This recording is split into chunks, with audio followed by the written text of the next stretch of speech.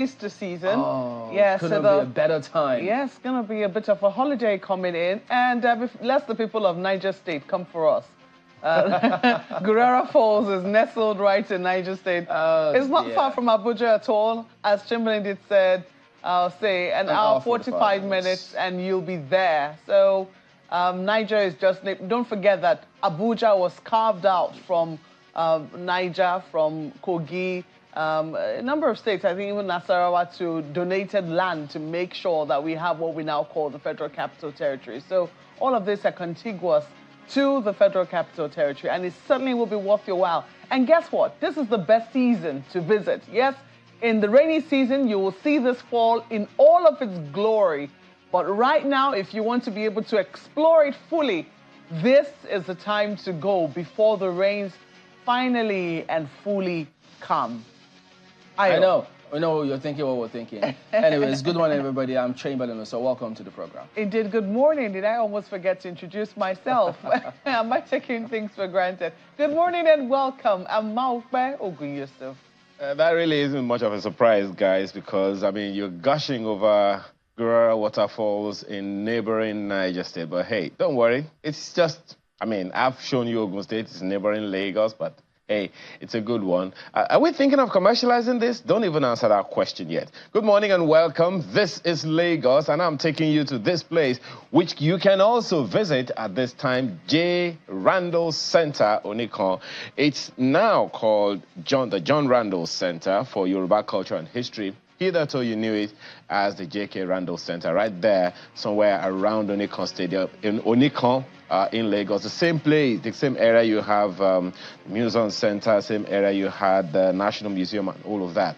All fun places for you to attend. It's a first of many initiatives by the government of the state, and it dates back 1928. Now, how's that for history? This is Lagos. Good morning and welcome. I'm Ayo Makinde. Now, what's happening today, guys?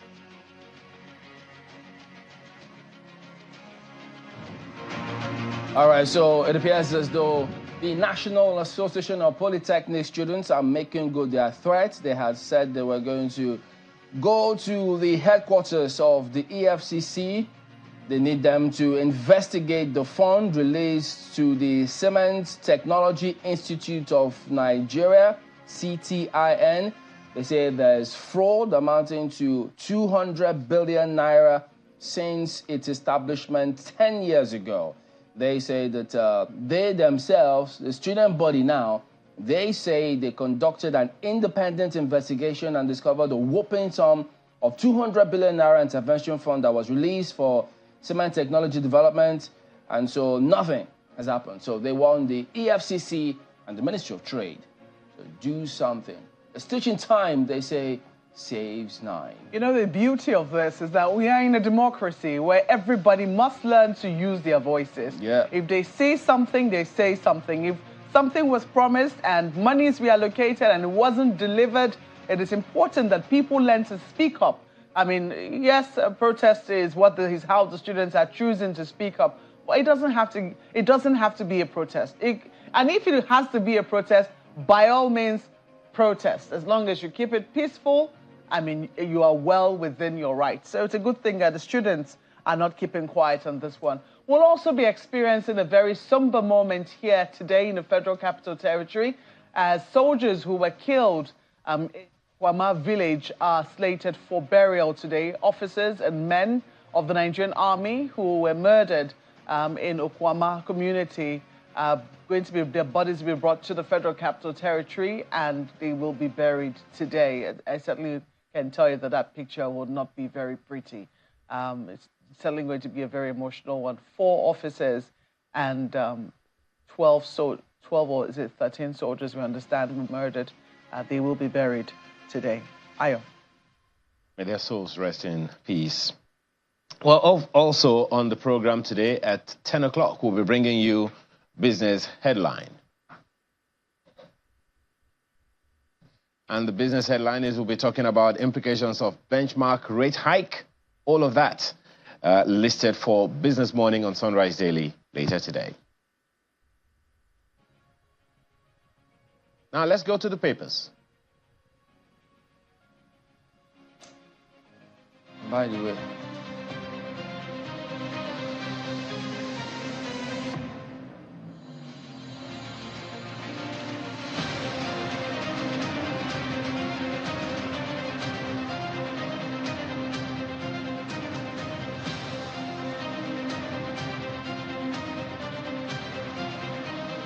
all right, let's take a look at some of the dailies here this morning. We'll start with New Telegraph today.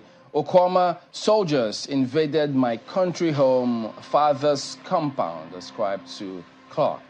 Says troops claim they were looking for soldiers' killers. Seeks judicial inquiry into Okwama tragedy. Residents flee Akeredolu following invasion. Army buries 17 slain officers, soldiers today.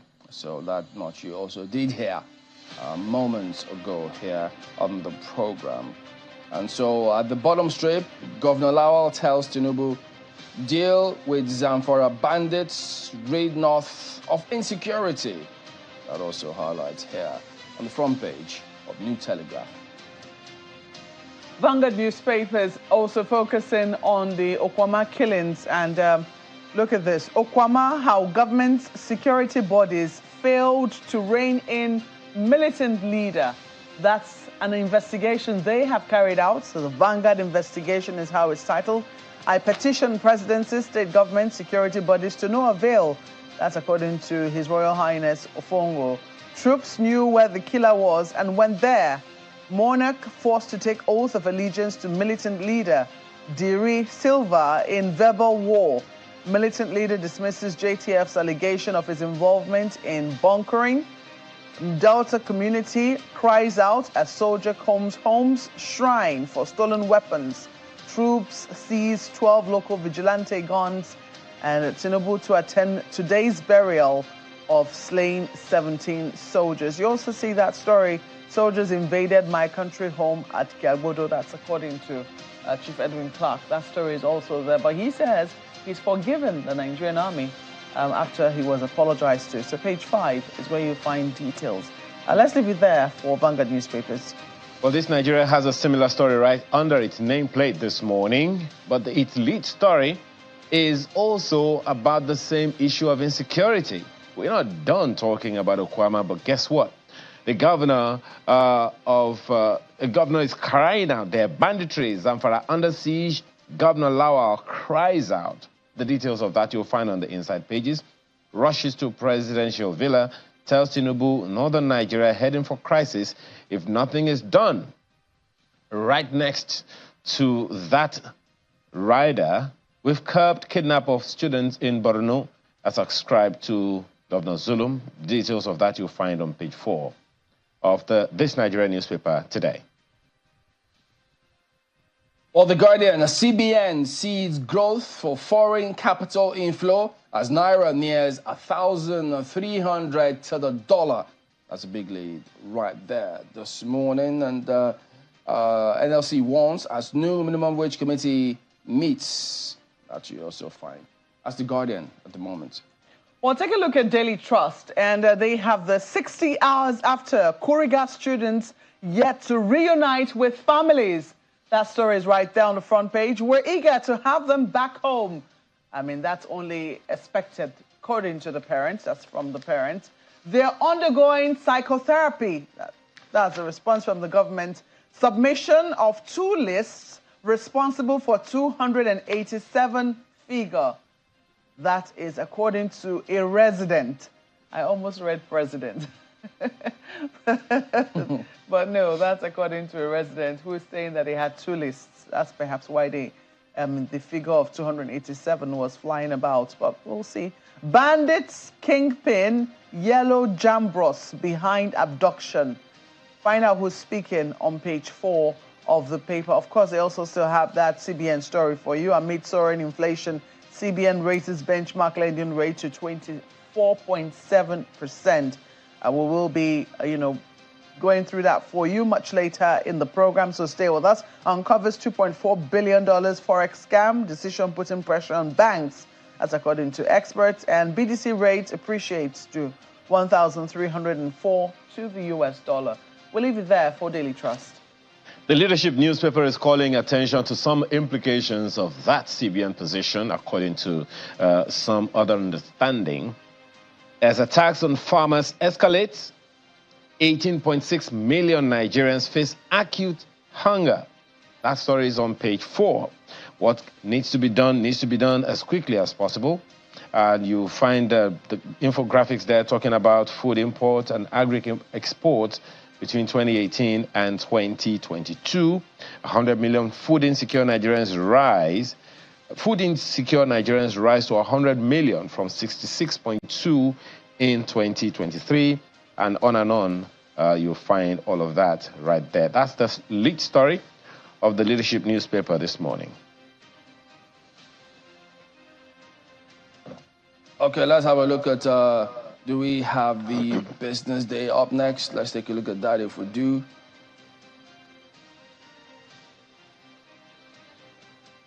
Okay, so there you go. CBN hikes rate again in push to tame inflation. Raises merchant banks CRR to 14%. That's a lead one they find right there. So that's business day. Blueprint has this: save Zamfara from terrorism to protect the North. Lawal begs Tinubu. That story is right there on the front page of Blueprint newspapers. The Daily Independent newspaper will give the investors in the airline business some concern why Nigerian airlines can't be part of global alliances. All of that, what does it mean? Details on the front page, continues on page 29 of the Daily Independent newspaper this morning. News Direct, economy policy overhaul. Again, CBN hikes MPR by 200 basis points to 24.75% amid inflationary pressures. So that's the lead story here today, which is part of what we'll also focus on in just a moment. That's News Direct today.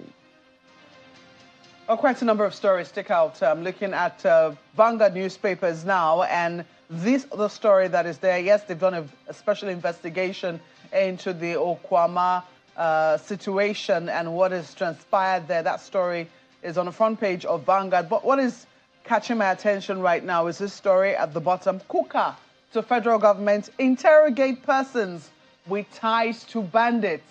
That story is also right there. No cause for alarm, says Gumi after questioning by security men. 2 days ago, the federal government did inform us that Sheikh Gumi had been invited for questioning over some of his comments that he had made earlier. And I think that quite a number of people are concerned about the, will I say, an attempt to reframe the conversation around what is happening with insecurity in the North. Yes, indeed, quite a number of people have suffered deprivation, but certainly the way and manner that, bandits, and some people say the word to use for them, it's no longer bandits, that these are terrorists. When people go about, get little children from schools, kidnap them, hold them for days in the hope that they'll get ransom from government, what they're doing is terrorizing communities and terrorizing the country. And as such, those people can no longer be categorized as bandits, the appropriate word. And maybe we're also seeing that, right here on the front page of Daily Trust newspapers, with the president saying we must treat kidnappers as terrorists. So those two stories are very linked. Does it now spell what government intends to do? Is it, coming up with a change of policy towards how this menace is now being looked at? And all of this talk, because don't forget that before now, Chamberlain, we had heard that ransom had been paid in some instances. We've since heard government say very clearly that no longer, will they be paying any ransom. Now, if that has now been maintained in the case of the return of the children, government has come out to say it didn't happen. Can we take their word for it is another question. But we sincerely hope that whatever it is they say with regards to, what is happening in the North, that they will put their money where their mouth is, because people are beginning to say, look, we need to begin to interrogate persons with links, and also do not be shy to publish the list of terrorism financiers. If Dubai could, help us out by pointing out and sending us that list. Why is it so difficult for the Nigerian government to publish? Why is it so difficult for the NFIU to claim a list that was said to have emanated from within it? Why is it so difficult?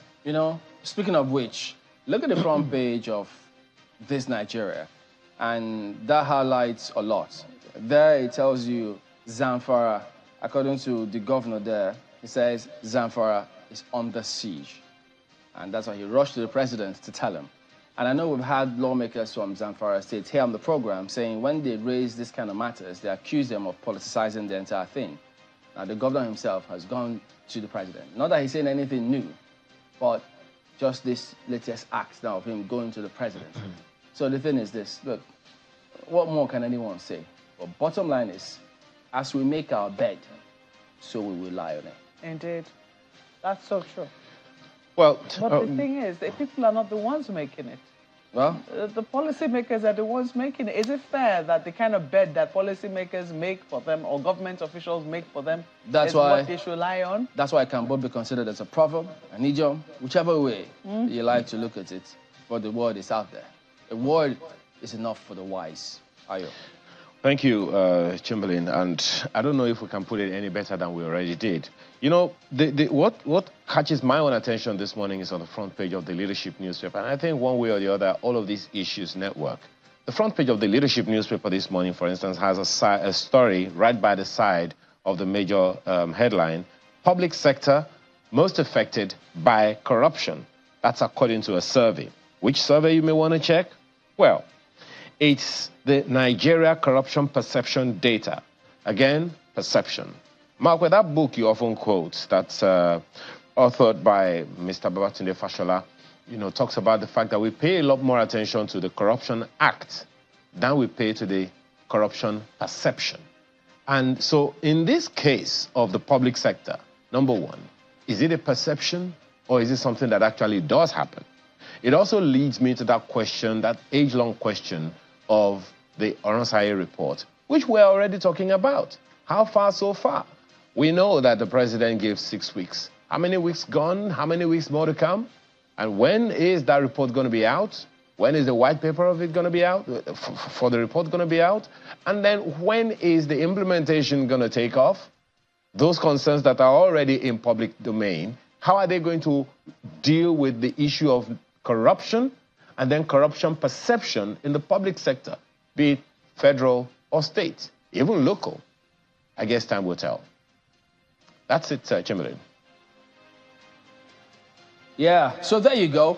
That does it for a look at some of the dailies here today. But that briefing that the CBN had yesterday, we'll attempt to just break it down. What does it mean for you and I, regular people on the streets? Yes, I can say that. So give us a moment. We'll talk about that when we return. Stay on with us.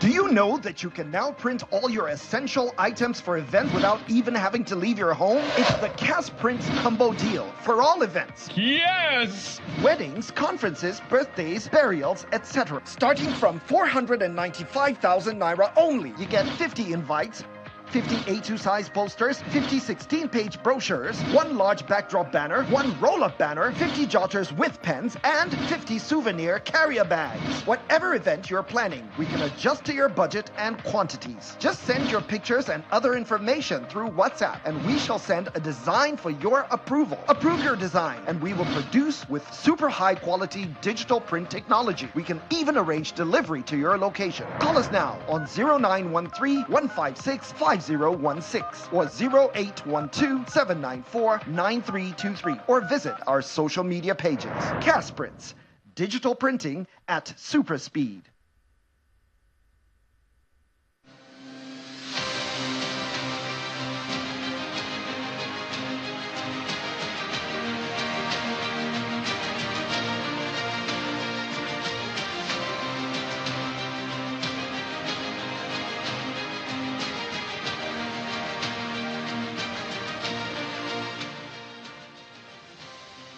For the second time in 2 months, the Monetary Policy Committee is convening to address the media after its 2-day meeting. First, the central bank governor who heads the committee reels out its decisions. This includes to raise the monetary policy rate by 200 basis points, to adjust the asymmetric corridor around the MPR to plus 100 or minus 300 basis points, to retain the cash reserve ratio of deposit money banks at 45%, to adjust the cash reserve ratio of merchant banks from 10% to 14%, as well as retain the liquidity ratio at 30%. The Monetary Policy The governor of the central bank gives reasons for the decisions. The considerations of the committee at this meeting focused on the current inflationary pressures and the need to anchor inflation expectations, as well as ensure sustained exchange rate stability. Recently, the bank has continued to bear its mind on key issues that affect the economy. The Apex Bank boss seized the opportunity to clarify the bank's position on some of these issues. For price discovery to happen, certain fundamentals or certain attributes need to be in place. And you would recall that there's been a whole myriad of different circulars that have come out over a period of time, which were designed to remove those distortions, such that the market became a lot freer and the concept of willing buyer and willing seller became something that was a lot easier to establish. And on the Binance matter that has recently dominated conversations. In this particular case, the responsibility for regulating cryptocurrency is not our own. It isn't ours. It is strictly that of the Security and Exchange Commission. The next meeting of the Monetary Policy Committee is scheduled for May 20th and 21st, 2024. Before that time, though, the central bank expects a moderation in the inflation rate. Sarah Chimugu, Channels Television News. All right, so that's all we're taking a look at with Mr. Marcelo Keke, who joins us virtually. He is an economist. Good morning, and thank you for joining us on the program today. So yes, that meeting held yesterday, but, well, I know several people may wonder, okay, yeah, they've gone ahead and raised that, but how, if you start by giving us, first of all, your general impression of what you came out with, having listened to that briefing by the CBN governor. Well, thank you for having me once again on this program. The first impression is to say congratulations to the Central Bank of Nigeria for the Naira getting some strength, in the foreign exchange market, okay, in line with the expectation of the Apex Bank. But the movement of the MPR by 6 basis points in a matter of 1 or 2 months, first of all from 18.75% to 22.75%, and just a day or two ago to 24.75% in this economy, it could be counterproductive. As the CBN governor mentioned, that they want to fight inflation as well as stabilize the exchange rate in the FX market. It is doubtful if this method will achieve that intention. First of all, fighting inflation, like I said at that time, and I want to repeat, that inflation is a multi-pronged, multifaceted issue. There are so many factors that contribute to the runaway inflation trend we have been experiencing in this economy for quite some time now. Okay, so for the Central Bank of Nigeria to believe that it will use that instrument of raising the MPR consistently to fight inflation or to tame inflation, at the risk of, being immodest, I would say he's foolhardy. Okay? Because, for instance, we all know that food inflation is the major factor in the components of the drivers of the hyperinflation I've been talking about, food inflation. To what extent will the raising of MPR, help in moderating food prices? To what extent? And I said it here before, that the situation on ground has pushed the Central Bank of Nigeria, the monetary authorities, to be doing all kinds of experimentations, all kinds of trial and error, some of them panic measures. Okay? How do you now put what the Central Bank governor has said in terms of using the MPR increase to fight inflation, and the 100 billion fertilizer or cash that it donated to the Federal Ministry of Agriculture and Food Security the other day, and also said he wants to use it to fight inflation by increasing food production and supply to the market. Meanwhile, the current leadership of the CBN has vowed never to go back to the old days of doling out money, in terms of interventions to the agri sector and other sectors of the economy. So you can see policy inconsistency. It is panic measure. Yeah, but the CBN has also said it there. Pardon me. That they have been turning out. What did you expect them to do? Were they supposed to have? Did you expect that they continue with that policy of acting as intervention banks? That is the wrong thing to do, because the experience of the immediate and remote past is nothing to write home about.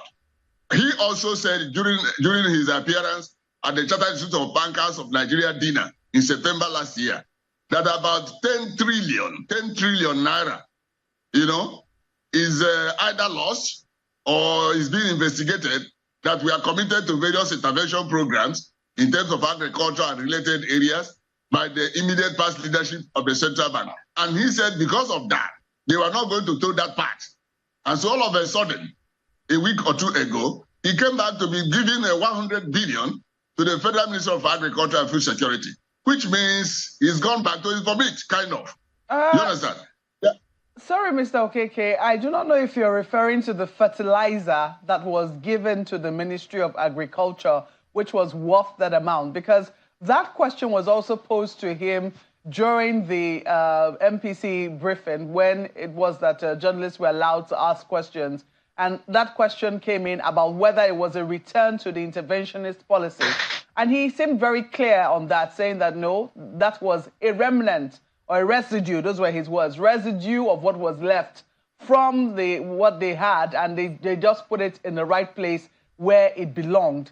Can you really say that that is a return to a vomit, or just doing the right thing and ensuring that resources that we had did not waste? There's always a way to justify whatever they do. Let me tell you, nothing compels them to donate the 100 billion worth of fertilizer, for instance. Because if you are donating 100 billion worth of fertilizer, must the CBN do that as Central Bank of Nigeria? I don't want to go into how they arrived at, that volume or quantum or what of fertilizer. But the issue is, into what activity or program of the Federal Ministry of Agriculture is it keen? Okay? Is it just to drop that volume or quantum of fertilizer? For what purpose? At the end of the day, will the intendment of that action be achieved? In terms of increasing productivity in the agriculture sector, and by that means increasing the volume of food supply, and by that means impacting inflation in a way that inflation will start coming down. No, look at this scenario. Will it work out that way? Well, whether in the short term or in the long term? I'm not the spokesperson for the CBN governor, and I really do wish that we could get the track, because he explained quite a bit on that particular question, when he was asked, and he said that as far as he's concerned, is just returning what he thinks ought to be returned to the appropriate agency of government that has the discretion to be able to use it properly for the benefit of the country. But, I want to take you back, the last time that you were here. I know that you know, recently we had cause to bring you, and you were talking about increased transparency when the CBN did say that it had cleared the backlog of FX. And you said that you wanted to see increased transparency. You wanted to know how that had happened. From the explanation that we got yesterday, because that question was also posed, and he also gave, you know, some clarity to the volume that was what he deemed illegal. I think he said it was $2.4 billion. Are you satisfied with the explanation that has been given so far on some of the questions with regards to FX backlog? And given the fact that there's been some consistency now, we've seen the Naira continue to gain to some extent, would you say that maybe this policy, this upward trend of the Naira is here to stay? Well, thank you. Every economic agent, every person in this economy, you know, wishes that the Naira begins to gain strength. And the past couple of days, like you rightly said, that appears to have been happening, you know, gradually and all that. But the point is, where is the dollar used to strengthen the Naira coming from? Yes, he claimed they have cleared the backlog. But around the same time, international airlines, you know, need also come up to say that they are not sure that their own backlog has been cleared. And that issue is yet to be clarified. I wasn't where the CBN governor, you know, addressed the media. That issue is still hanging. That is on one hand. On the other hand is this fact that the public, the investing public, Nigerians want to know where is the dollar flowing from that is sustaining the market. And let me tell you, we are going into this policy somersault again. For instance, do you see what the Central Bank of Nigeria is doing with, or to, or for the Bureau de Change, you know, in a couple of days? Bringing them back, you know, some of licenses withdrawn, now come back, now we'll be giving you 10,000 at this exchange rate of 1,251 Naira, and you go and sell at not more than so percentage and all that. So, looking at the way that is being done, as an active observer in this economy, would you have predicted that this kind of thing will happen within so short a time? So the central bank is trying all kinds of things. That's the way I put it. It's trying all kinds of things to see what works out. And the economy is not run on that kind of trial and error. It puts confusion in the mind of, you know, key operators in the economy. You understand? So the challenge is that if I now follow what the CBN has said today, tomorrow, will it continue on that track? That's the question. Well, if I follow what he said today, tomorrow, will it continue on that track? So, Mr. Okeke, there are a couple of things that stick out from what you're saying. But before we get back to taking a look at that 2.4 billion question mark for some of the banks of which they're investigating now, are you saying that they are just supposed to try a particular policy, stick with it, go with it, whether it fails or not? Because there are those who will say, well, whatever they might be trying, errors, yes, but there are some results which should be encouraged. Well, if they are experimenting with the economy, it will also be nice for them to let the public know the approach they adopted. But the issue of speaking as, you know, experts, which they do, and then acting as, if you like, neophytes or rookies, because that's what it is.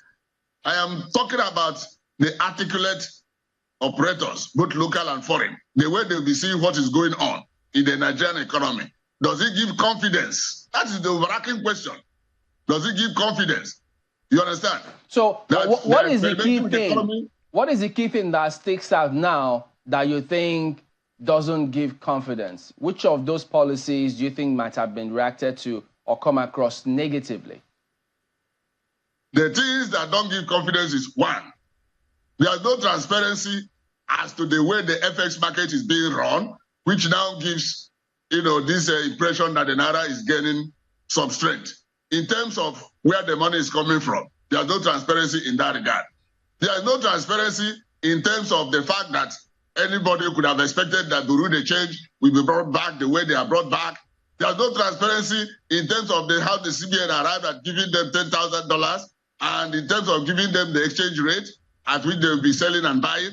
There's no transparency in terms of what the CBN has told the Nigerian customs at the rate of exchange. They'll be collecting their duties and so on and so forth. So the CBN governor has also said it. All you see, a barrage of, memos to the bank, to the deposit money banks on a daily basis. Okay. You understand? Like I said here the other time, banks are businesses. So by the time this barrage of memos, canceling one position, changing it the next day, and going back to the old one, keeps going, it causes confusion. Let me tell you as we speak. As we speak, you know that because of these policy inconsistencies, no bank in this economy has been able to get its 2023 annual report and account approved by the Apex Bank. Not talk about any of them fixing to hold annual general meeting. So the whole thing are now kept holding. They are now withheld. We'll speak a little more of that. And that so doesn't tell us perform well for the economy. What will transparency mean? How will that be seen?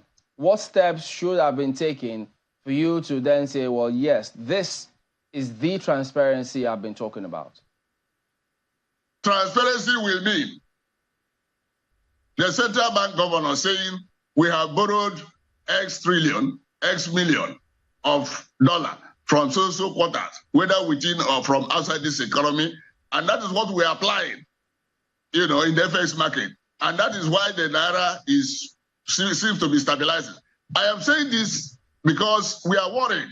You are a major, you are an active observer of this economy over the years, that you may not know until it gets too late. Now, looking back to the Buhari era, that's what we are suffering now. How much they borrowed is becoming more, clearer to us. So the current people should be telling us, look at, we have borrowed so much, this is coming from this place, this is coming from that. We have mortgages in getting this money, and that is what we are using to fund the market. That is not happening. Because from what me and you, from what we know, the dollar is not flowing in, from so many sources officially, other than the crude oil export, and, maybe some remittances here and there that don't amount to much. So for the central bank to have cleared 7 billion within this time and, in quote, comfortably, funding the FX market is suspicious, to say the least. You understand? And the earlier they clarify this position, that the whole public comes to know, the better for them, the better for the economy, the better for Nigeria, and the better for everybody. Tell us a little bit more about this $2.4 billion Forex claim, which the CBN say is invalid from that $7 billion backlog. So they say, yes, they're investigating this matter. But there are those who've got the impression that the banks, there were several underhand dealings that went on. And some of the banks had to do it because they just had, because if they didn't, they might have fallen off the curve. And so they had no choice. What should we expect from this sort of investigation? Because you've been a chief economist of a bank. Thank you. I have always said it, that in the banking industry, they are really bad eggs. You understand? And that the system always looks out for opportunities. People, various banks always look out for opportunities, that could arise in the system. And they run their business to exploit those opportunities as they arise. I'm also, to a large extent, blaming the Central Bank of Nigeria, because the deposit money banks are seriously, regulated, seriously supervised.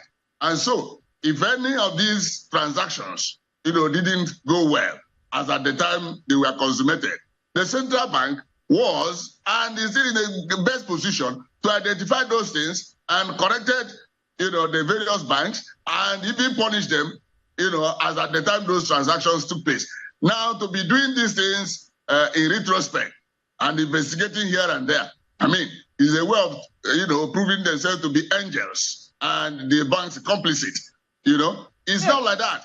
But the activities of banks are regulated and they are supervised 24/7. Okay, help us understand this a little bit more. When you use the word in retrospect, the law is the law. If they broke the law today or 5 years ago, and then they're being investigated 3 years after, Is there anything wrong with that? Because, I mean, they knew that this is what the law says. Are they going to say, because the regulatory body was looking the other way, that gave them, as you said, opportunity to do what they had to do, which is tantamount to breaking the law? No, I said the investigation is all right. Okay. But that the Apex Bank should take major chunk of the blame for that to have happened in the first place. Do you understand? Because the banks report to the Apex Bank on a daily basis, even hourly, because of the power of technology. The CBN, the Apex Bank, looks at what the banks are doing on an ongoing basis. You understand? Real-time basis. You understand? So for this volume of transactions to have escaped, you know, their purview or escape their investigation, escape their eyes this at that point in time is why I'm saying that they should bear a greater part of the blame. That's the point. The way this comes across, perhaps you shed a little more light, is that banks do what they do, and probably if the regulatory body just sits there and just keeps watching and doesn't call them to order, they will continue because they were not called to order, thinking that that means that inaction means that it's okay to keep going. Is that what you're saying? Not necessarily. Not necessarily. Do you understand that the transactions we are talking about, you know, could be as a result of human error? It could be error, either human error or even technology error, IT error in processing those things. You understand? Or it could be a question of where you have 12 apostles, you have a Judas. You know, so when you put all these together, that's what could amount to that amount of a transaction we're talking about. Yeah, but Mr. Kike, yes. We know that if it's to the tune of $2.4 billion, and it's not the first time that we have heard that banks do some of these things, if it's human error, if they've got nothing to worry about, I mean, they've not done anything, no skeleton in the cupboard, should they be worried? Well, you can see everything in Nigeria. Do you see that even the CBN governor is saying that the activities of Binance we are talking about is not within their purview? It's within the purview of Securities and Exchange Commission. So this one of the bank that is within their purview, meaning they were lax about it. You understand? They were lax about it. So that's why it took place. It's not to say that that's the right thing for the banks to be doing. It's not to say there is opportunity that banks are exploiting. But that is to say that the central bank must share, you know, in the blame for that to have happened. That's the point I'm making. I am not here exonerating the banks. I've also said there are bad eggs in the system. You understand? I've also said some people could see that there is opportunity and, you know. Well, I know you know, just like everybody else knows that the former CBN governor is under trial right now and is answering questions. So if he's answering questions, any bank who did it, if it's human error, fine. If it's whatever error, fine. But they will equally answer questions. So that's the way it should go, shouldn't it? I agree with you. All I'm saying is that the Apex Bank, even now, is not a cent. And so even the now? Apex Bank, the CBN governor should have been, is it polite or modest enough to have accepted that, you know, I know that my colleagues will come in soon, but what do you mean by the CBN governor, even now, is not a saint? What does that mean? What that means is that they have to take part of the blame for allowing or having that volume of fraud, if you like, or improper recording or improper transaction to have taken place. You understand? For the Apex Bank, whether he was there that time or was not there that time, for that to have taken place, he would have blamed the institution that he now said that they didn't do the needful properly. That's the point I'm making. I do not know if a lot of Nigerians will agree with you as to whether you can take responsibility for something that did not happen under your watch. But we do know that, I mean, as you have also admitted that the current, and my colleague has highlighted, that the current CBN or the former CBN governor is undergoing trial for some of these things that were noticed during his time as CBN governor. I'm just moving on now, because some people will say that while it is that, you know, the CBN has now raised, or the Monetary Policy Committee has now raised interest rates by another 200 basis points to 24.75%. And you have said that, no, that cannot be the way to go. Some people say that it's not altogether bad, given the fact that a lot of Nigerians have not been able to save in recent times. Nobody trusts the fixed market. People are not putting their money in fixed deposit. People are not. And ideally, what the CBN says its mandate is, stricto sensu, is to fight inflation and also to ensure price stability. What we've been seeing happening in recent times is that prices have been running away with the wind. Nobody was even able to operate, in the last couple of weeks, even months, as a result of instability in the economy. Would you say that, from what we have seen now, it does appear that the measures that they put in place some 6 weeks ago has ensured, you can disagree with that if you'd like, has ensured that there's been some stability. So in this sense, would you say that the CBN is really back, facing its core mandate of ensuring and achieving, too, the mandate of price stability and taming inflation? Inflation, too, is still a long way from being tamed, but at least there's some stability. Would you say that it's back to doing that? Thank you. About inflation, they are fighting, like I always said. It's driven by so many factors. So for the CBN to believe that its monetary policies alone will tame inflation is a wrong mindset, like I said. Let me tell you, the APR that is being raised, once they raise the APR, it's an indicative rate. It tells the banks, deposit money bank, that we are going up. It's a tight monetary environment. You understand? So what that means is that access to loans, to the economic agent is being denied. Because if you are in any business, you think about yourself. If you are in any business and interest rate is 30-something%, will you go into it? If you borrow at that rate from any bank, what business are you in for you to make a turnover and then have substantially to pay the interest and pay the principal when they fall due? And moreover, if you factor the cost of money, which is that interest rate is, into your cost of operation, what that means is that when you produce whatever you are producing, you are going to transfer it to the ultimate consumer. And that, rather than bringing down inflation, will be driving it up. That is the way it goes. You understand? So, and that is why I said here the other day, and I want to repeat it, the Apex Bank must work very closely with the physical side of the economy so that they come to an agreement as to what will be happening on this side and the other side. Many of the activities in the physical side are acting as counterpoints, you understand, to what the CBN is doing. And so at the end of the day, inflation will keep running away. Because as we speak, at the last time it was measured, it is now at 1.7%. You understand? That is February this year, okay? And if you look at from January last year, it's been on this upward trajectory. And what the CBN is doing cannot tame inflation. Officially, it's not possible.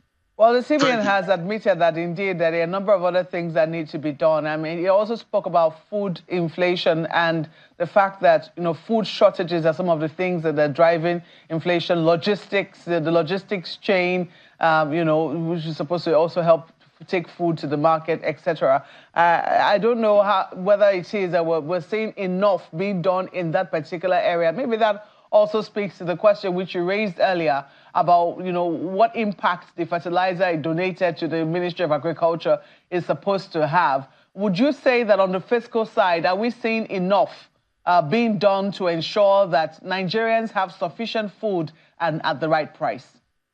Thank you. A lot needs to be done. A lot needs to be done. Starting first and foremost from the issue of security or insecurity in the land. Because the food we are talking about are produced by people, majorly farmers. As we speak now, are farmers free to go to their farms? Whether we are talking about, large-scale farmers or subsistence farmers, are they free now to go back to their farms and farm? And if they produce whatever, at what cost do they bring them to the market? And so on and so forth. So the government has to start from the basics, and that basics is handle the insecurity in the land. Let farmers go back to the land and begin to farm. You understand?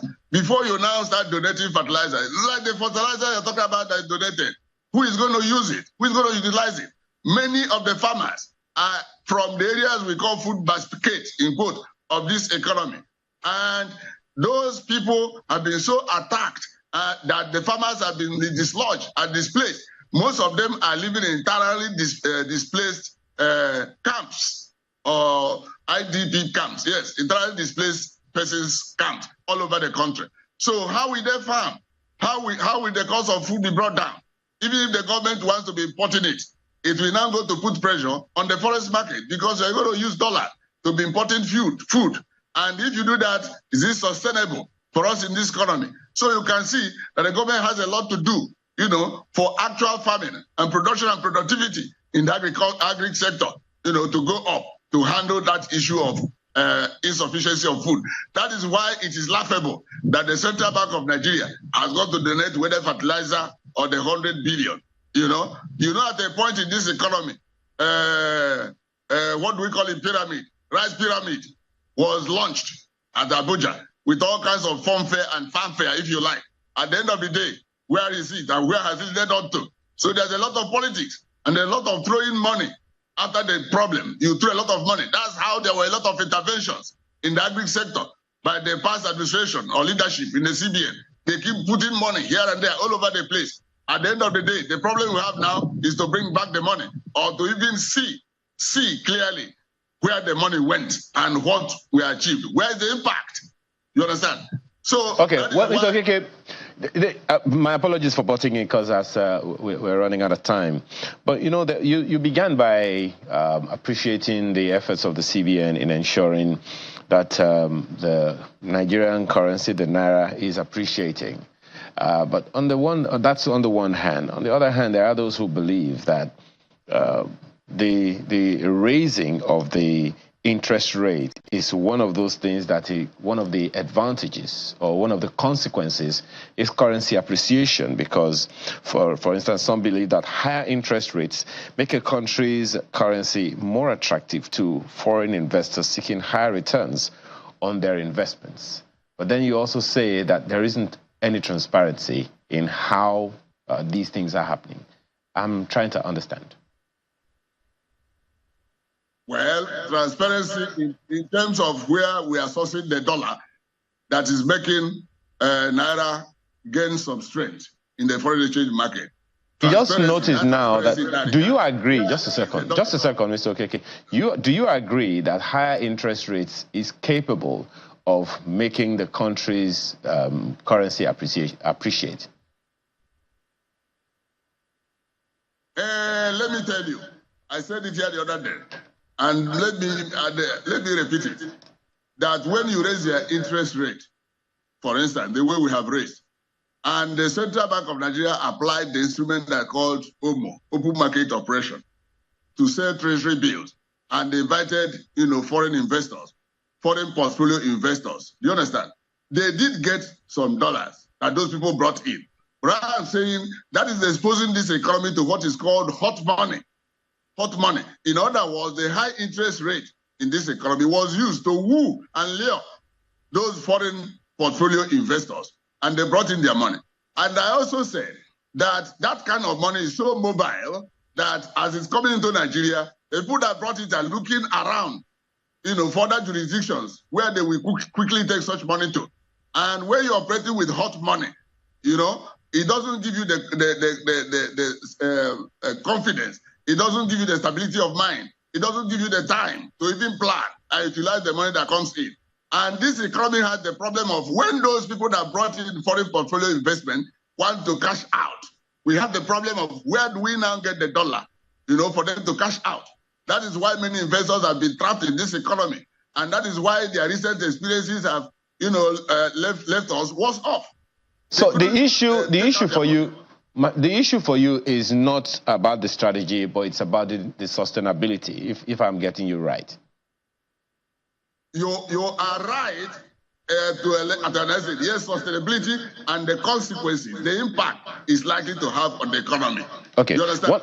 The economy yes. does well and better in the mid to long term basis rather than the short term. On the short term, yes, we have gotten something. And I agree with you. Okay, but there is another consequence a number of people have also looked at in that regard, and that is on the cost of borrowing in the banks, the higher borrowing costs. That those who believe that higher interests on loans and mortgages would increase making borrowing more expensive for consumers and businesses. Now, that's definitely a concern one way or the other. Do you think there is an option to that, particularly because it could stifle businesses and particularly more small and medium enterprises may go under? How can that be How can that be prevented? Thank you. You see, what you have just said now about all the dangers that I've been warning about, with respect to what the Central Bank of Nigeria is doing. You understand? It's like throwing away the baby with the bathwater. You are trying to get away from the old ways the CBN were operating to do this. At the end of the day, they will end up inadvertently killing businesses. Do you understand? So what they should have done, you understand, is to apply holistically, various instruments and have harmonized blueprint, if you like, with the physical side of the economy, so that this economy comes up with an overarching development plan, whether for the next 1 year, 2 years, 3 years, 4 years, going forward. But what appears to be happening now is that the CBN is packaging this thing and operating in its own silo, if you like. So that is why it is doing everything, possible by its own thinking to tame inflation. But in trying to tame inflation, you can see that it could be killing, stifling businesses, like I said. So the CBN doesn't have all the instruments. It doesn't have all the instruments to be the one controlling inflation just on its own.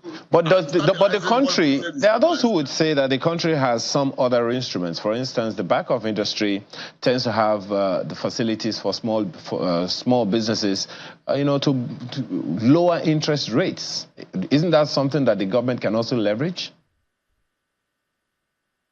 That is correct. That's correct. But the Bank of Industry they're talking about, what is the scale of its operation? How much is available to it? And to what extent will it cope, be the sole body, if you like, that will be financing the industrial sector, like you said. To what extent? And given the record, its historical record in the past couple of years has been operating, the scope is limited. You understand? And so if the SMEs also depend on it, and major companies also depend on it, will it be able to carry on? Will it be able to meet the requirements and expectations for everybody? You understand? Well, there are those who would say, yes. The government should do everything to empower the BOI and similar institutions. All right, if you can do this. So that the CBN doesn't see itself as the only one that will keep raising the interest rate, claiming that it is driving the development of the economy. Talking about collaboration, now you have also agreed that the Bank of Industry is some other instrument of government to help stem the tide that we have at this time. And the CBN, as you said, is also doing its own level best. What other instruments of state do you think there are that can foster collaboration, which can also help to improve the economy? What collaborative instruments can we use? If we can do that, just list them and do this in about 30 seconds. Well, I am not in government because a lot depends on the government. I don't want to go back to the era of intervention.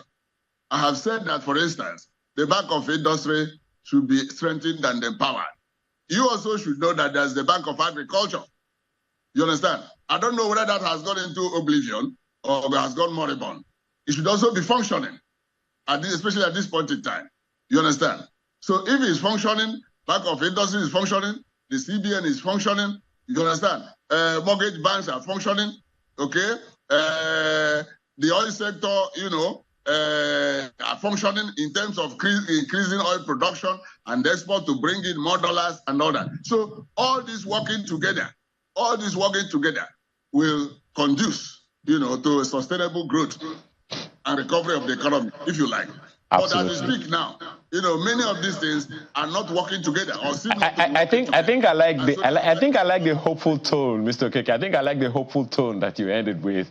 Let's just keep it at that for now. But I mean, it's been very, very illuminating. Thank you so much this morning for being with us. Marcel Okeke is an economist. Thank you so much. Really appreciate it.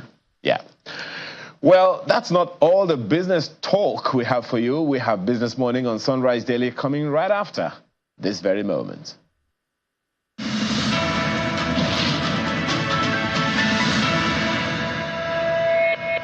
Hello, welcome to the midweek trading session right here in Lagos, Nigeria. Let's get to the top stories that set your agenda now. We know the MPC raised rates again for the second time, and we've seen the Naira actually respond to that, but we see mixed sentiment at the NAFEM there. We see the previous close, 1,408 Naira to the dollar, an appreciation right there to close at 1,382 Naira, up 1.78%. So we're seeing some strengthening in the FX market. That's for the Naira. NAFEX, 1,415 Naira, 46 kobo. That was a close from 1,420 Naira, 0.37%.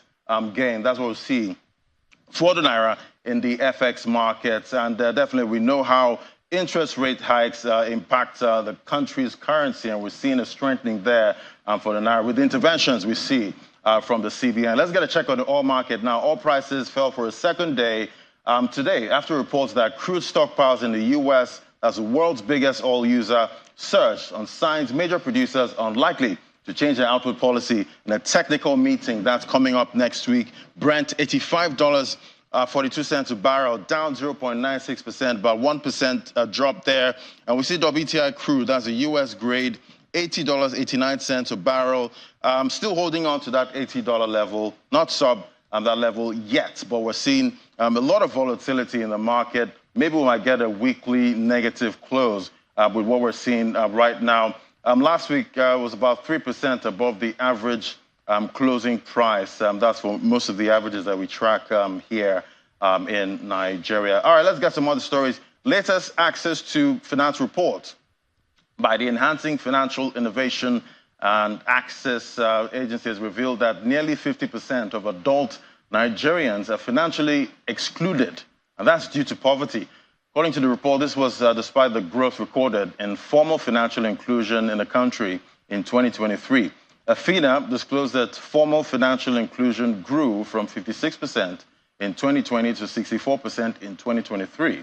While describing this as a good progress, it noted that approximately 40 million adult Nigerians remain formally excluded. The report commended the Central Bank of Nigeria for encouraging competition in the market and enabling a non-bank-led approach, which is driving the growth in formal inclusion. It, however, notes that the formal access to about 64% is only the beginning for Nigeria. Well, also from the CBN, authorized dealers that are unable to provide the Naira cover for the FX inflows for their foreign investors to purchase money market instruments can now approach the CBN to sell the FX and receive Naira equivalent to their account. The Central Bank of Nigeria shared this information after reports that due to Naira liquidity squeeze in the banking industry, authorized dealers are sometimes unable to purchase money market instruments for foreign investors. This is according to the regulators against the current monetary policy stance of the CBN, as a major objective is to encourage foreign inflows into the economy. Authorized dealers, therefore, can formally write the CBN using the letter heading of their bank to make the request. And as I said before, for the second time this year, the CBN's Monetary Policy Committee has hiked benchmark interest rates by 200 basis points to 24.75% from 22.75%. Furthermore, the Apex Bank retained the cash reserve ratio at 45%. Asymmetric corridor of the MPR was adjusted to plus 100 basis points, minus 300 basis points. With Nigeria's headline inflation surging to 31.7% in February, the committee found it necessary to hike the MPR rate again, as expected by experts. Take a listen. For the second time in 2 months, the Monetary Policy Committee is convening to address the media after its 2-day meeting. First, the central bank governor who heads the committee reels out its decisions. This includes to raise the monetary policy rate by 200 basis points, to adjust the asymmetric corridor around the MPR to plus 100 or minus 300 basis points, to retain the cash reserve ratio of deposit money banks at 45%, to adjust the cash reserve ratio of merchant banks from 10% to 14%, as well as retain the liquidity ratio at 30%. The Monetary Policy The governor of the central bank gives reasons for the decisions. The considerations of the committee at this meeting focused on the current inflationary pressures and the need to anchor inflation expectations as well as ensure sustained exchange rate stability. Recently, the bank has continued to bear its mind on key issues that affect the economy. The Apex Bank boss seized the opportunity to clarify the bank's position on some of these issues. For price discovery to happen, certain fundamentals or certain attributes need to be in place. And you would recall that there's been a whole myriad of different circulars that have come out over a period of time, which were designed to remove those distortions such that the market became a lot freer and the concept of willing buyer and willing seller became something that was a lot easier to establish. And on the Binance matter that has recently dominated conversations. In this particular case, the responsibility for regulating cryptocurrency is not our own. It isn't ours. It is strictly that of the Security and Exchange Commission. The next meeting of the Monetary Policy Committee is scheduled for May 20th and 21st, 2024. Before that time, though, the central bank expects a moderation in the inflation rate. Sarah Chimogu, Channels Television News. Yeah, and this is the second meeting for 2024, the 294th meeting of the CBN, but we're already up 600 basis points in MPR in 2024. Joining us now is Kalu Aja, a financial expert, joining us via Zoom from the US. Great to have you on the show. Hey, how you doing, sir? Good morning. Yeah, I'm doing good, but it's another hike, not as big as the first. How are you seeing this? And we're seeing the CBN governor there saying that inflation rate should moderate before the next meeting. How are you seeing this? Yeah, well, first of all, it's expected that once inflation goes up, the CBN governor is going to hike rates. He's very hawkish about that. He has communicated that clearly.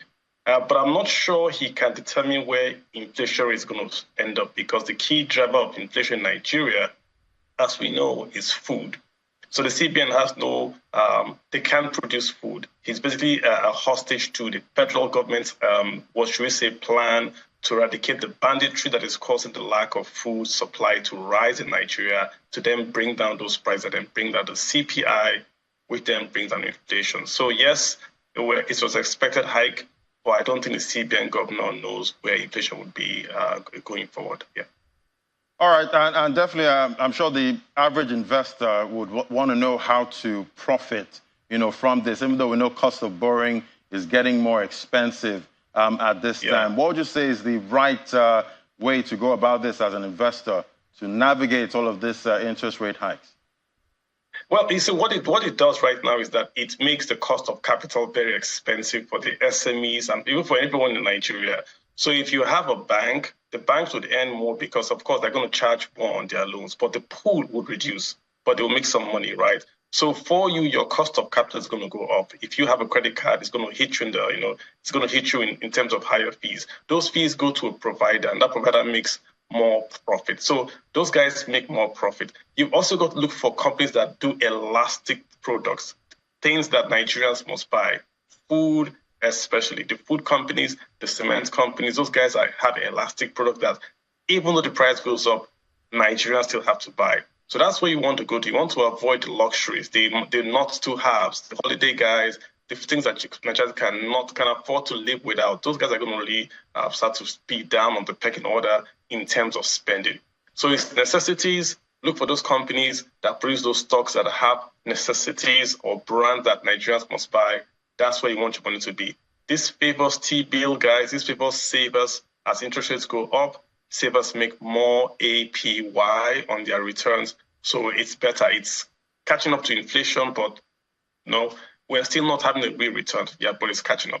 Right, and we're definitely hoping, we can tame inflation, at some point. But now we're seeing some stability in the FX market now, consistent, gains. That's for the Naira at this point. But we're not really getting that stability when it comes to inflation. How much of this strengthening of the Naira, is helping reduce inflation at this point? Because they should be coupled together, right? So with the CBN governor said that the inflation in Nigeria is driven by the pass-through, the imports pass-through into Nigeria. But look at the problem now. Nigeria's inflation is caused by high food prices. The stability of the exchange rate doesn't affect that high food prices because we're not really importing or we're not allowing food to come in. The customs is still using the high exchange rate set by the CBN to even import non-food material. So there is no connection between the exchange rate and food in Nigeria because locally, the Nigerian food in Nigeria, the supply is not sufficient to meet demand. Hence, the price is going up, and that's the inflation. So even if dollars is stable, the supply of food has not kept pace with demand. And we can't fix that even if dollar is 1-to-1. We've got to really go to Nigeria and increase the supply. So it's not a dollar issue. It's a supply issue of local tubers, local meats, local fish from the Nigerian farms and forests to the Nigerian cities. Not really to do with the dollar exchange rate, in my view. Right. And talking about supply, with the big tightening that we've seen in early this year and till now, Nigeria's money supply hit 95.56 trillion. That's a new high in February. Despite the tightening stance, help us understand this. There's a lot of liquidity out there, a lot. We're just coming off 23 trillion that was printed, which we put it into bonds, but there's tons of liquidity. The state governments were giving funds to basically spend as a loan. We have lots of liquidity, more or less, and this hasn't been taken away. The CBN is just starting now. We've got 45% CRR to take that cash out. We've had this high MPR now to make cost of credit very expensive. So I think we're seeing the real hawkish stance of the CBN to take the cash out of circulation. But Nigeria is a cash economy, and it was made worse last year when we had the cashless banking, the change of Naira issues. A lot of confidence was destroyed in the online banking, electronic banking. So now you see a lot of folks keeping cash just in case electronic methods fail. And that is basically what we're seeing. So until we go back to where the guys can trust the ATM, to go to an ATM today, you don't really see a lot of cash. Until we can get to that stage, you're going to see a lot of cash flowing around, and maybe the CRR moves up some. But for now, we are a cash economy. That's just the way it is right now. And hopefully when you also open the bank apps, you don't get that error message first when you're trying to send money. Those are one of the issues too. But we see the CBN governor there insisting that all FX backlogs have been cleared. Keyword, verified. And he painted a picture of what, unverified claims look like at this time. But we're still getting a lot of unverified claims. How are you seeing it? Lademi, the airlines are saying it's not just a question of verified claims, but the question of the price that you want to settle them. They are saying they sold those tickets when the Naira to the dollar rate was different from today. So if you settle them at today's price, they've lost money. So it's not just that we're settling, but at what price are we settling? That's actually a second point that they're also raising. So if you pay me now for a debt that was incurred 2 years ago when the Naira was 400, I've lost money when you do that exchange conversion. That's also their point they're making. They may have a point there, but, it is what it is, 2024, do we get some kind of soft landing, no landing, or is it definitely going to be a hard landing for the economy? I think we're just starting to see the reforms. And sadly, right, we removed subsidy on PMS imports and on the dollar. I think we're going back just a bit now to subsidize PMS and also to subsidize the dollar. The dollar is stable today because the CBN is selling dollars at subsidized price to the BDCs. So in a way, we are cushioning the effect of the real exchange rate of the naira, and we're waiting for the oil exports to take off that will then replace what we're doing. So if the key thing, Eladi, is this: if we do not get oil exports back to those 2000s or even 1800s, then all this reform might be in jeopardy, because we really have got to get crude oil revenues flowing into Nigeria. If you look at the trade report, we're importing more food than we're exporting food. Look at the non-agricultural export, it's low. Nigeria is really surviving on the export of crude oil and gas. If we don't keep those things flowing to bring those dollars into Nigeria, then these reforms, this is a stopgap by the CBN. Moving at the fiscal side, the executive side will take over and grow the economy and then supply the bank, which is the CBN, with dollars. For now, the CBN is doing a short-term stopgap. They can't do this forever. They can't stay to be this forever. So the executive is going to step up and take charge. Otherwise, like you said, hard landing, we're looking at it. Yeah, and I did see your response to one of your ex-followers there, how to increase FX liquidity. And you did say, export, export, export. Thank you so much. Afterward. Kalu Aja, always great having your perspective. Thank you. Thank you, sir. Have a good one. You too. All right, let's get a check on the equities market. Now, how to respond to the latest hike. We know equity markets don't really like rate hikes. And yeah, we had a bearish close, 0.18% down. And we see the equity cap sitting at down about 104 billion naira. Let's look at the trading activity. That was kind of subdued there with value on deals down. Deals was down about 7%, but we had more volume, 22.03% compared to the previous trading session. If we look at the sectoral performance now, we see financial services, banking, insurance in the green. Again, the banking counter, though, marginally up, but we see consumer goods down 0.12%, industrial goods down, and oil and gas following that expected unchanged sentiment we see there. Top trades, GTCO, UBA, Zenith Bank, financial services again, 67.15 million US was traded for GTCO. So we see negative reaction to that latest hike there. Well, let's look at another discussion. I've seen Nigeria's unemployment rate surge to 5.0%. That's with a new methodology in the third quarter of 2023 from 4.2% in the previous quarter. The latest labor force survey did show that. And recently, the federal government launched the Outsource to Nigeria initiative to connect talented and skilled hands in the country with global business process outsourcing market. That's valued about $8.79 trillion. Joining us now for this conversation is Adebola Mololu, CEO, GFA Technologies, joining me right here in the studio. Great to have you. Hi, Laddie. Thank you for having me. So we're seeing that this outsourcing market is getting really bullish, at this time, and Nigeria is looking to actually tap into it. Talk to me about what we currently gain from that market at this time. Laddie, I'll say to you, the name of the game is export, export, export. Right. We're talking about exporting crude, and then we also need to begin to talk about exporting services. If you remember, 60% of our population is less than the age of 25. So it means that we have a young population. In fact, the World Bank even says that by 2050, 40% of the world's employable people will come from Africa. We're not going to have to wait till that time. We need to start exporting our services today. Now, remember, the most important resource that Nigeria and most other African countries have, it's not oil, it's not gold, it's not palladium, it's people, it's services. The UK, for example, is a big, huge financial hub. And so basically, what we are doing in Nigeria, I guess, and as many small businesses and business owners and even tech companies are doing, is to take advantage of the strengths that we have and actually say, how can we provide services to other countries? So not just providing services within Nigeria or within Africa. How can we serve other people in the US, in the UK, and other Western countries? And so the reality is there is an existing model which has been used by many countries like India, like Bangladesh, like Vietnam, on business process outsourcing. And there you go. It's about export, export, export, and let's export our services. But do you have to travel to the country to provide your service? Not really. That's the funny thing. And this is something that India has done very, very well.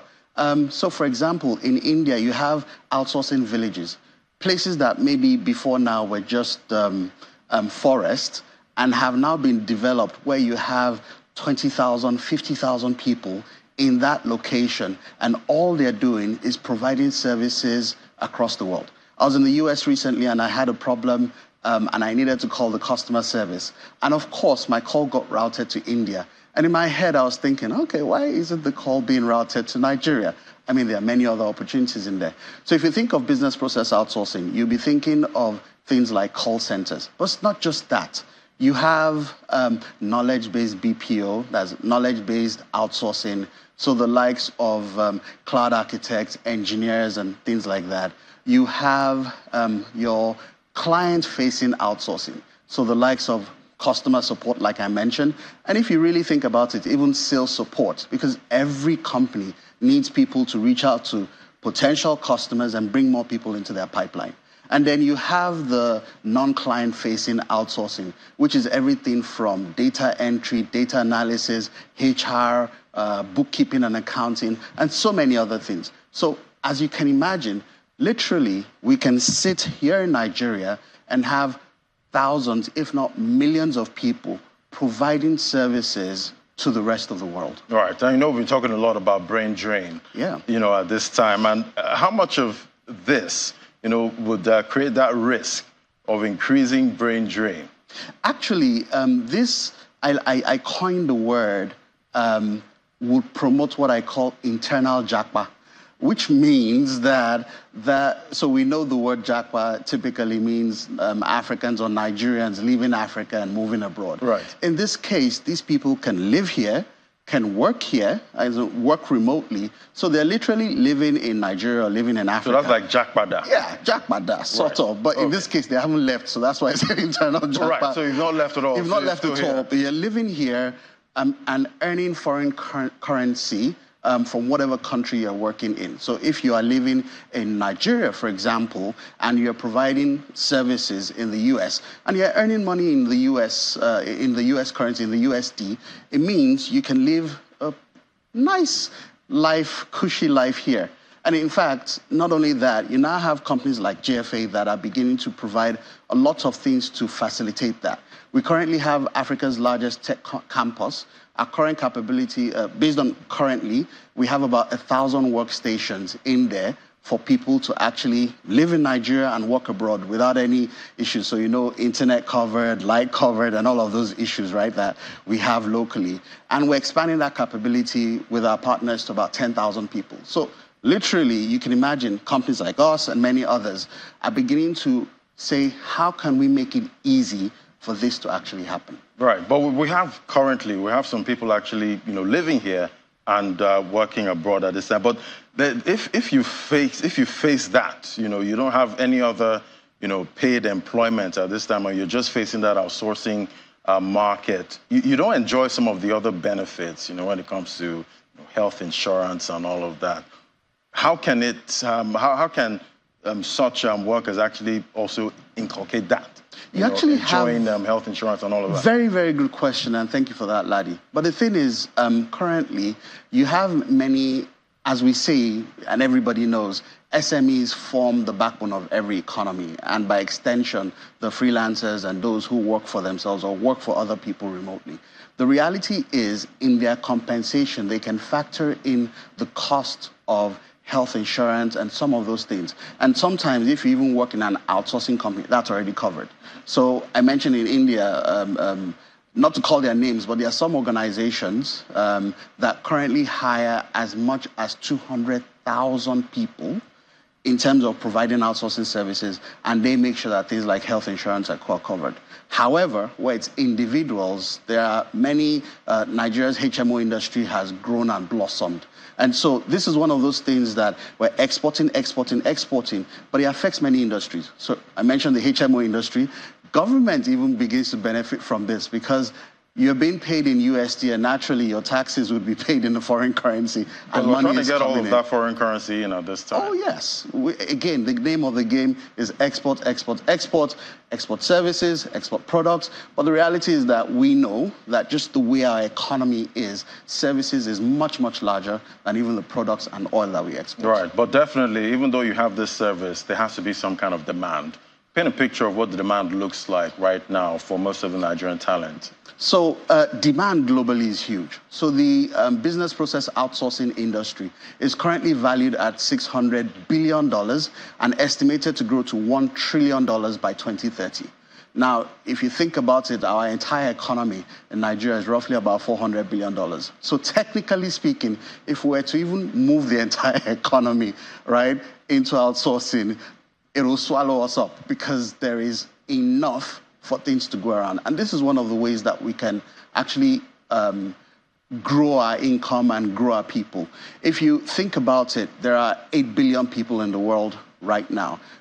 Nigeria has a huge population, by any standards, of around 220 million people. So the reality is that if we play our cards right, and if we allow the private sector to work in conjunction with the public sector and the policies that the government is making, then there are opportunities to swallow our entire workforce in terms of providing one form of service or another to the global population. Right, and talk to me, everybody wants to, invest in the next big thing, at this point. What are the investment opportunities available, in this value chain? So, as you notice from what I've said, it's a hydra-headed value chain. So It's not just one.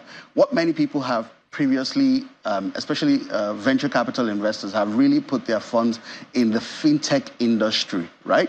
That's what they have traditionally done, because at the end of the day, when you invest in things that involve money, it has a way of going into other industries. However, the reality is that these days, the next big thing is actually people. You would see a lot of HR technology solutions out there if you are taking notes. In fact, if you drive around the city of Lagos or in any of the metropolitan cities in Nigeria, you begin to see a lot of billboards and things like that promoting different HR organizations. You're going to see a lot more of that. Not just HR, but even things like bookkeeping and accounting companies, customer support, sales support. These are the areas that there's going to be a lot of investment in. Again, just as I said, because of the availability of people. We take this for granted in Nigeria that this is how the rest of the world is. It is not. The population in North America is aging. In Asia, it's aging. In Europe, it's aging. The whole world is looking to Africa to actually begin to supply the talent that is needed in order for business and for work to actually go on. Right. It's quite incredible how young the African population is at this time, and it seems we're getting younger.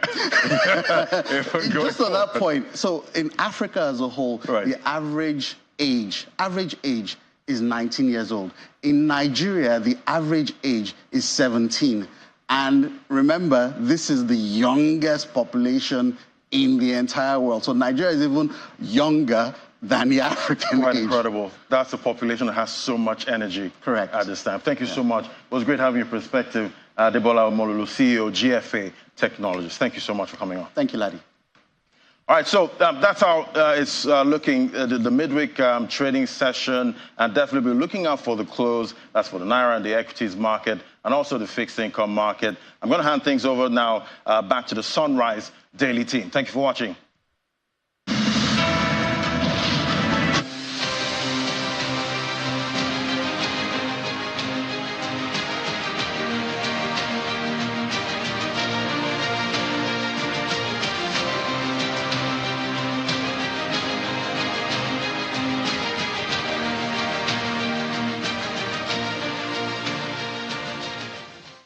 All right, welcome back. Yes, indeed, continuing the program, we've got Senator Gabriel Suswam here with us. He is a former governor of Benue State. He's also been a senator, member of the House of Reps. Good morning, and thank you for coming on today. Yeah, good morning. Thank you.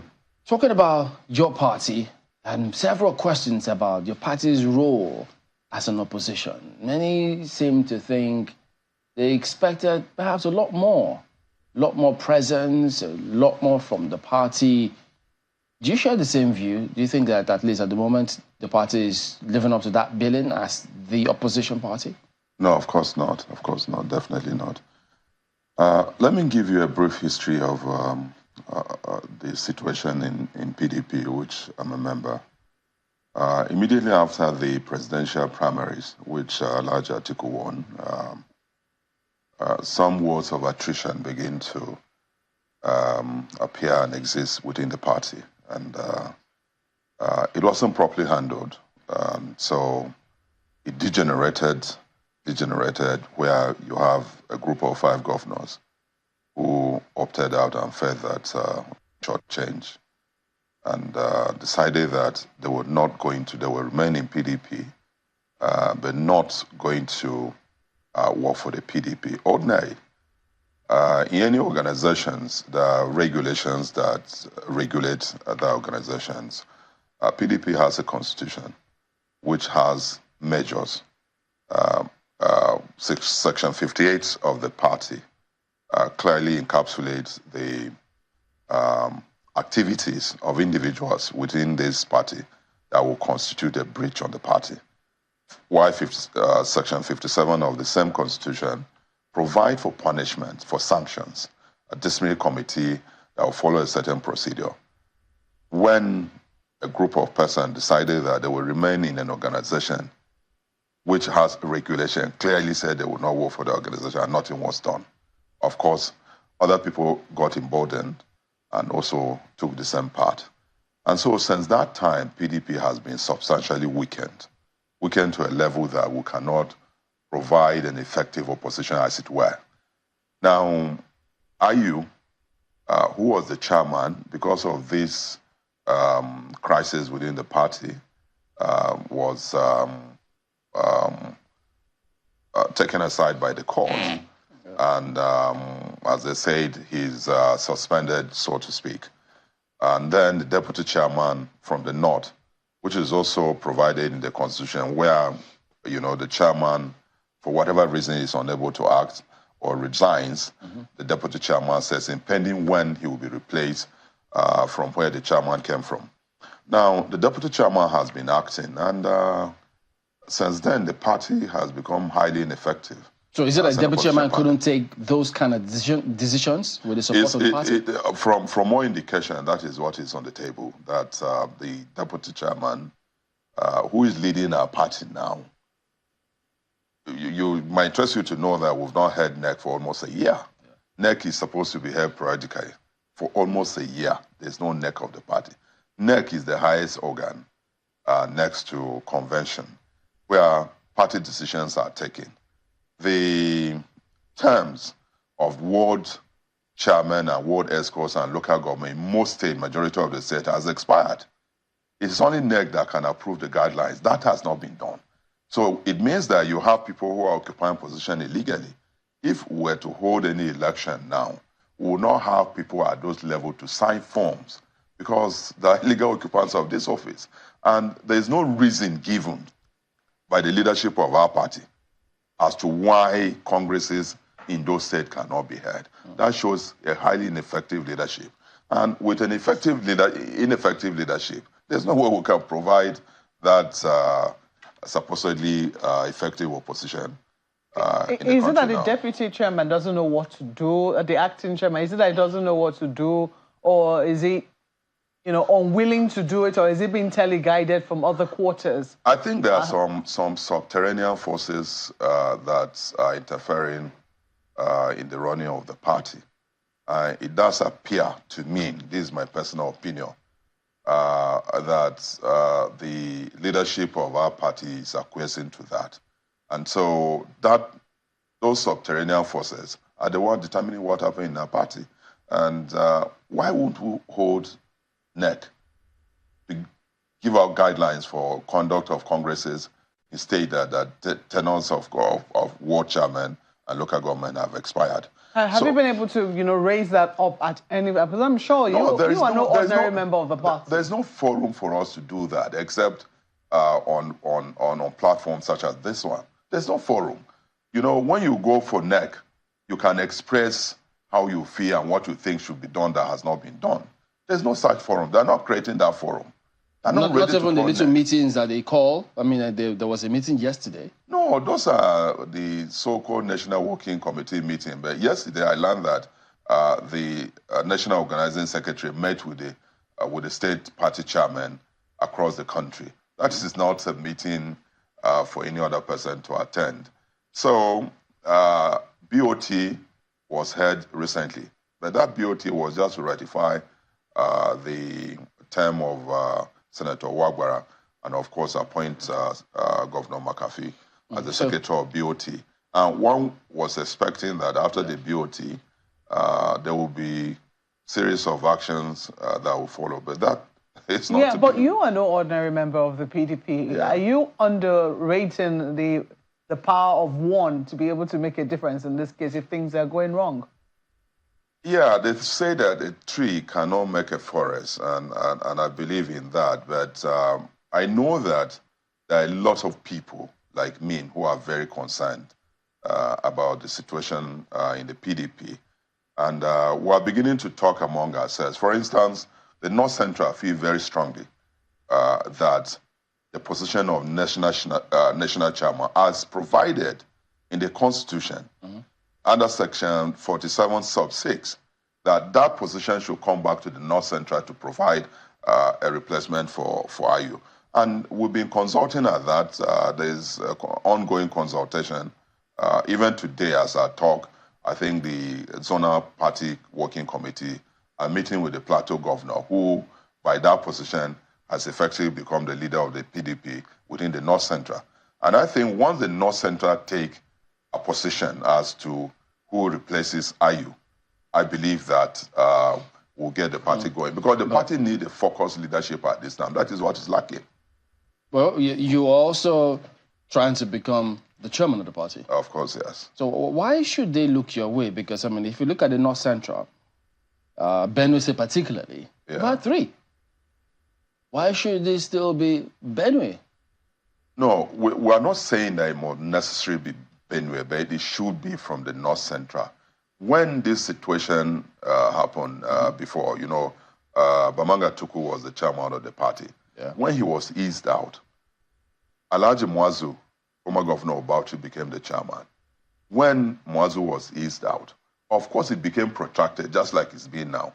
And may his soul rest in peace, Alhaji Gulag went to court. That was how Modu Sharif became the chairman of the party. 3 of them consecutively in the Northeast. Why should there be an exception where the North Central is concerned? And so I'm not saying that it must be me, but we have very high-profile men of integrity within the North Central. If it is former governor, we have a retinue of former governor. If it is former Senate president, we have a couple of them. So any one of these people can be national chairman. But let us have the party going. The party is comatose now, and there's nothing that can happen except there is some change in that leadership. And the by right, encapsulated in the constitution of PDP, the North Central is entitled to complete the tenure of IU. If it gets to the North Central, don't you think that perhaps Niger and Nasarawa states will have a lot more chance than... No, we have no problem with that. Okay, what I'm saying... Whichever way, wherever... What I'm saying is that is what I'm saying. If we go to Niger State, you have former Governor Mwazu, who is eminently qualified to be national chairman of this party. If we go to Kogi, you have 2 former governors there, and some military governors. If we come to Nasarawa, you also have a retinue of high-profile people within the PDP who can take this position. You go to Plateau, it's the same thing. So I'm not saying that it must be in Benue, but I've stepped forward. Any of those persons from this state who step forward, and if the North Central at the point of meeting decide that of all the people who have expressed their interest, this is the person that we want, so be it. We will support that. But let us not be shortchanged just because we seem to be docile at this movement. Where are these forces coming from? The forces you say are subterranean. Is it within the party or external? Well, when you have subterranean forces, that suggests that they are external. There are some people who are controlling the party from outside. They are subterranean, we don't know them. But we know that there are subterranean forces trying to suppress the party and, of course, keep the party in comatose state. You've talked about a lack of discipline as what has now led the party to where it currently is. But we saw, just how things degenerated, how initially the party refused to take a decision on zoning in line with its own constitution, how that led, it threw the ticket open, and how that led to what we saw at the, is it the convention now, the primaries of the party, and, eventually the fallout of that particular primary convention. And before you knew what was happening, there were calls for, okay, if it has now gone the way it has gone, with this being, zoned to the north, then let the chairman be from the south. Those agitations were on for a very long time before the 5 governors who said they were not going to work for the party, turned their backs on the party. In all of that time, how would you rate the party's attempt at reconciliation in those times and even afterwards? I've said that the situation was not well handled. It wasn't well handled. There were not concerted efforts on the part of the leadership of the party to reconcile those divergent interests that you've mentioned. Once that was not done, some people just felt that they were not included in what was going on. People felt that they were excluding them. And so they decided that, well, if they're excluding me in here, let me seek for alternative. But what is bad about that is that you cannot belong to an organization that has regulation that regulate that organization, which you subscribe to, and then turn back to say that you will remain in that organization and work against that organization, and there are no sanctions. That doesn't happen anywhere. You're talking about the 5 governors. Yeah, it's not just the 5 governors. There are other very high-profile stakeholders within the PDP who behave in the same manner. That doesn't happen anywhere. A serious organization will apply sanctions. Could the party... And like I said, this party in Section 57, we talk about disciplinary committee across board, across the length and breadth of the party. And then Section 58 would provide activities that constitute breach against the party. They're clearly spread out. And why can't the leadership of the party apply those? Do you think, could the party have afforded to sanction them at the time? This is what, the question that she asked first. First, there are internal mechanisms within the party to address some of these issues. It is when those mechanisms fail, there were no attempt to apply those mechanisms. And so at that time, one would have felt, most of us thought and were suggesting that let these people be properly reconciled. What are the issues? We've had this before, during Jonathan's time. That also cost us the election. And we thought that we should ordinarily have learned from the mistake we made. Even then, it was 6 or 5 governors, the same 5 governors who opted out. 7 of them, I think. 7, but some of them stepped back, who opted out, and we lost that election. So in an election that has 36 states, you have 5 governors within your party who opt out. That should be something that should be taken seriously. The party was unable to reconcile those interests. We lost the election. But then moving forward, if any person feels that, well, I can't work for this organization, why belong to it? So for you, since you've already put yourself out there, discipline is going to be paramount to you.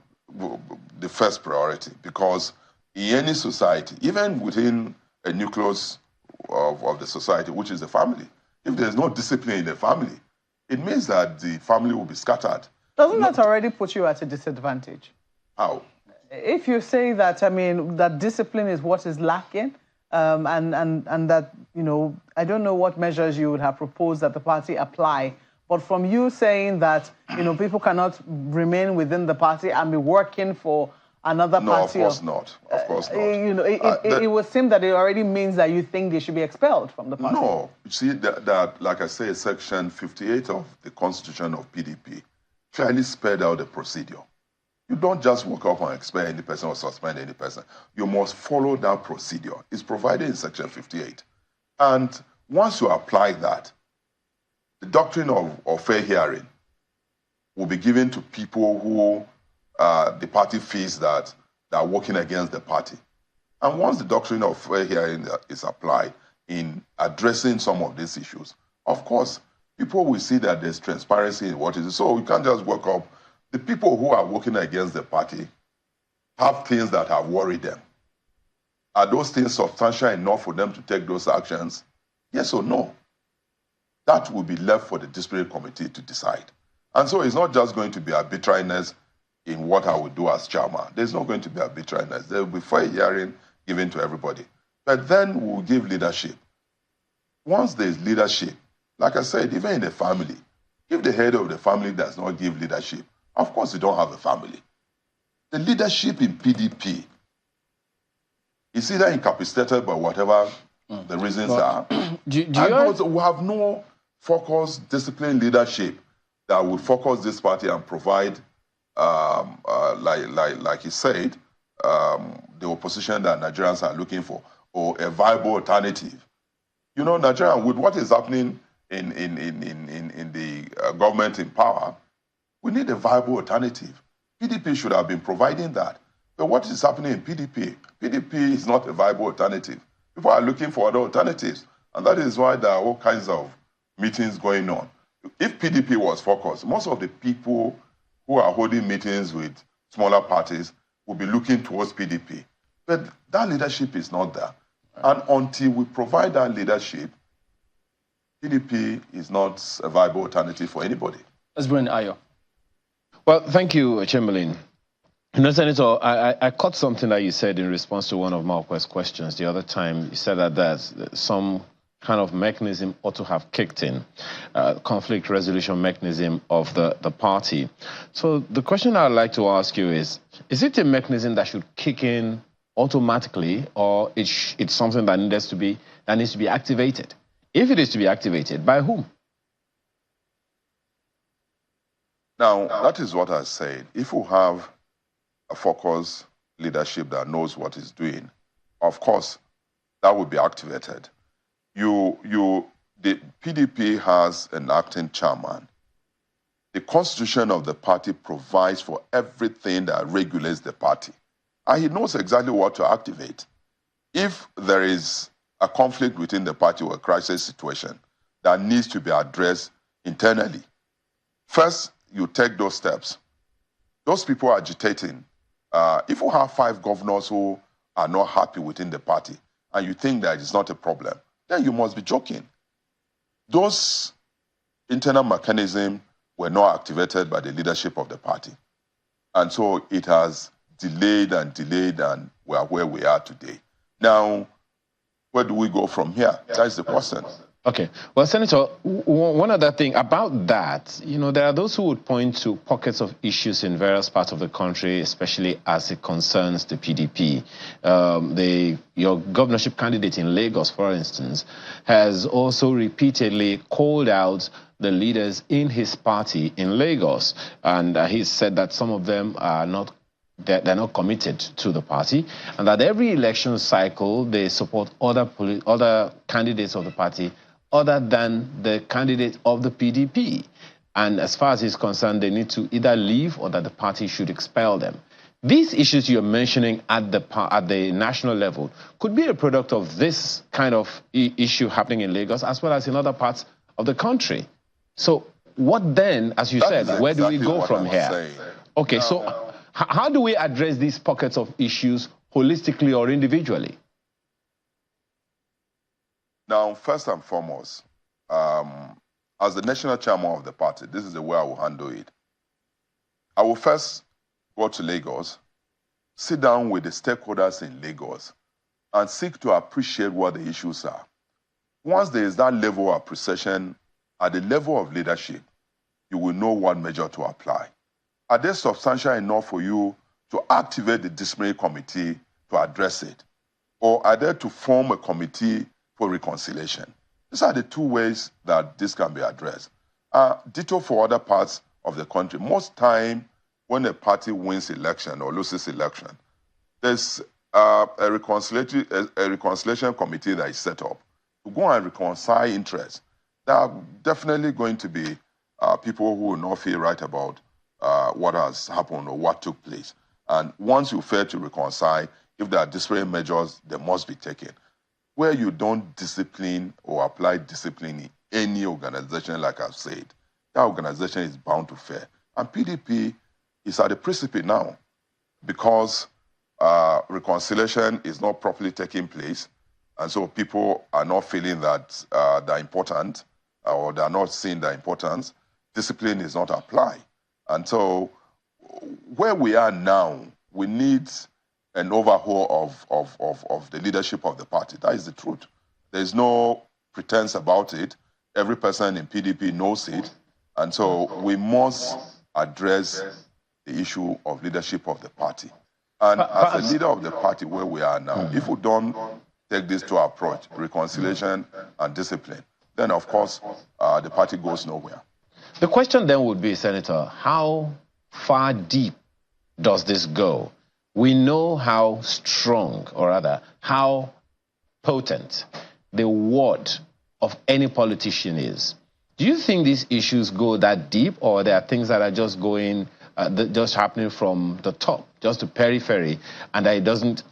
How impactful is it at the grassroots level, in the various wards that every politician operates from?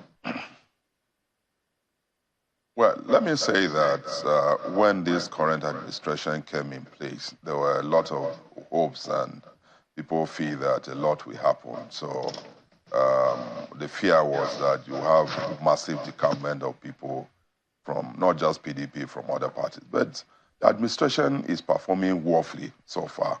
There's nothing that is going on. All the policies that have been taken have been anti-people. So PDP is very much intact at the grassroots level. It just needs a leadership that can activate activities, that can give these people a sense of inclusiveness in what is going on. That is not happening. And so every person has adopted the, let me quote the late Bola Ige, the attitude of let's sit down, look. That is what is happening. I've had meetings in the last few weeks back home, and I was pleasantly surprised at the level of people that attended that meeting and how many there were. That's to show me that, yes, people are waiting for some activities to be activated within the party. PDP is still very intact. It just needs a purposeful and focused leadership. That's all that we need. And you will see that they will begin to provide that alternative that Nigerians are looking for. Nigerians voted this party looking for a change. They said they were tired of PDP. Unfortunately, it looks like they moved from frying pan to fire. That is where we are now. Well, perhaps that also raises another question, Senator. Yeah, my apologies. Perhaps, that also raises the question of the difference between the PDP and any other party at that. So there are many Nigerians believe that, look, there is no difference between the PDP and the APC. As far as some are concerned, there is only the difference goes only as far as the difference within 6.5 dozen. What differentiates, in your opinion, the PDP from the APC or any other party at that? I would disagree with you. I don't think that Nigerians have known better now because they say there's this saying that until you marry a second wife, you won't know how good the first one was. It was PDP that was in power for 16 years. There was this mantra of change that was introduced. And whether we've changed to the positive or the negative, Nigerians on the street will tell you. Now, a bag of rice during PDP time was in the neighborhood of 15,000. It's about 75,000 now. Look at just a crate of egg now, whether an average Nigerian on the street can even eat one egg because of the cost. Now, that is the difference. Economic policies that were in place during PDP time were far better. They were friendly to the people. The economic policies now are completely anti-people. How do you, in one fell swoop, remove fuel subsidy, enhance the interest rate in the bank, and also float the naira? How do you do that? All of these are anti-people. You can't go to the market. Every day you go to the market, if today a packet of sugar is 10 naira, in the evening you go to the market, it will be 15 naira. So there's no way that you can plan. In any society where there is no planning, how do even a family, a home works? Somebody who collects 300,000 a month, you now say it's okay, I've been having food for 100,000. Then you go to the market, that food is about 350,000, well above the money that you collect. How do these people exist? So there's a clear difference between what PDP was doing and what this government is doing. This shows clearly that you have a government in place that is anti-people, that has no direction, that does not know how to run the economy of this country. And so, it's a clear difference. From Obasanjo to Yar'Adua to President Jonathan, Nigerians didn't go under the hardship that they are going through now. I've listened to some very basic and baseless argument that this was put in place, it was PDP. You said you promised change. You promised change. If government was that one person can complete it, of course, there would be no need for other people to say that I want to run government. But because government is a continuum. If you come into government and promise that you will change to the positive, and what we are experiencing is palpable suffering in the country, then of course you don't know what you are doing. So there's a clear difference between the policies of PDP in government and the bad policies of this current government. Senator, just before you go, maybe in about a minute, could you tell us, I know that I think sometime in September 2010, the Tortiv at that time, Dr. Alfred, tried to reconcile yourself and your predecessor, the SGF. Till date now, it's still a thing. What's going on? What's the rift between both of you? No, we're just in different parties. This is not just about different parties. We're just in different parties. And I don't think there's anything. He's in APC, I'm in PDP. I don't think there's any issue. You've never That seen... meeting lasted almost the whole day. No. With 10 people from your side and start trying to reconcile both. You've never seen us insult ourselves in public. I to say that in spite of the fact that we're in different parties, we're matured about it, we're not going out there to divide the state along the SGF or any other person. SGF was, after a long military interregnum in the polity, was the first governor that came in 1999. So by that, all of us have come after him. And all of us had worked under him. And so we are more like the proteges of the SGF. And so if we have political differences, that is not to say that it has gone to a level where we kill ourselves. We're not killing ourselves. Yes, we have our differences, but we still maintain some level of respect to him as a person. He's older than us. He was the first governor after a long military intervention. And we came under him, under his tutelage. And so political differences, yes, but... so it's all politics? Well, okay, yeah, to some level, yes. All right, we'll leave it at that. Senator Suswam is gunning for the position of the PDP chairman. Thank you for coming on and all the best to you. I appreciate it. All right, that is the show today. Thank you all for watching. We'll see you tomorrow. I'm Chamberlain Uso. I was going to say, if anyone wants to be governor of Benue, maybe they should try and make sure their first name is G. You know, George, Gabriel. I was almost confused. Which G am I going to use now? Thank you for watching this morning.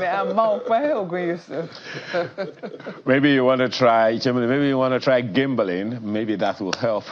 But I don't think so. Amaya Makinde, have a wonderful day.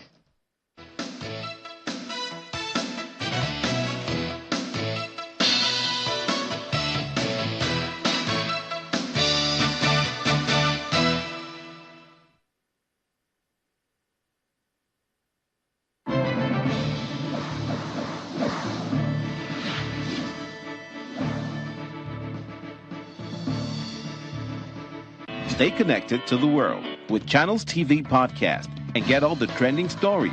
Simply log on to channelstv.com, click on podcast, select the program of your choice, and listen.